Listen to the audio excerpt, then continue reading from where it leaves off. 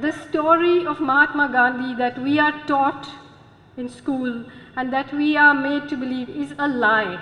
All his life, a person whose doctrine of nonviolence was based on an acceptance of the most brutal social hierarchy the world has ever known, the caste system.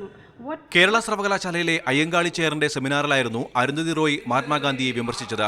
ഗാന്ധിയെക്കുറിച്ച് പഠിപ്പിക്കുന്നതൊക്കെ കളവാണെന്നും Gandhiji ജാതിവാദിയാണെന്നുമായിരുന്നു Arundhati റോയിയുടെ പരാമർശം. ഇതിനെതിരെ speaker G കാർത്തികേയനും കെപിസിസിയും പരസ്യ നിലപാടെടുത്തിരുന്നു. ഗാന്ധി വിരുദ്ധ പരാമർശം വിവാദമായതിന് പിന്നാലെയാണ് പ്രസംഗത്തിന്റെ ദൃശ്യങ്ങൾ സമർപ്പിക്കാൻ സംഘാടകരോട് police ആവശ്യപ്പെട്ടത്. പ്രസംഗത്തിൽ അപകീർത്തികരമായ കാര്യങ്ങൾ ഉണ്ടോയെന്ന് പരിശോധിച്ച ശേഷം കേസെടുക്കുന്ന കാര്യത്തിൽ അന്തിമ തീരുമാനമെടുക്കുമെന്ന് സിറ്റി പോലീസ് കമ്മീഷണർ പറഞ്ഞു. ഗാന്ധി വിരുദ്ധ പരാമർശത്തിൽ കടന്നപ്പള്ളി രാമചന്ദ്രൻ നേരത്തെ പോലീസിൽ പരാതി നൽകിയിരുന്നു. രാഷ്ട്രപിതാവിനെതിരെയുള്ള പരാമർശങ്ങൾ അംഗീകരിക്കാനാവില്ലെന്ന് കടന്നപ്പള്ളി മീഡിയ വണ്ണോട് പറഞ്ഞു.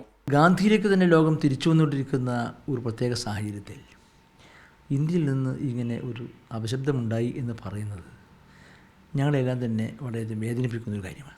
അതേസമയം അരുന്ധതി റോയിയുടെ പേരിൽ കേസെടുക്കുന്നതിനെതിരെ വിവിധ കോണുകളിൽ നിന്ന് എതിർപ്പുയർന്നിട്ടുണ്ട്. ഗാന്ധിജി ജീവിച്ചിരുന്ന കാലത്ത് അംബേദ്കർ അദ്ദേഹത്തിനെതിരെ ധാരാളം എഴുതിയിട്ടുണ്ട്.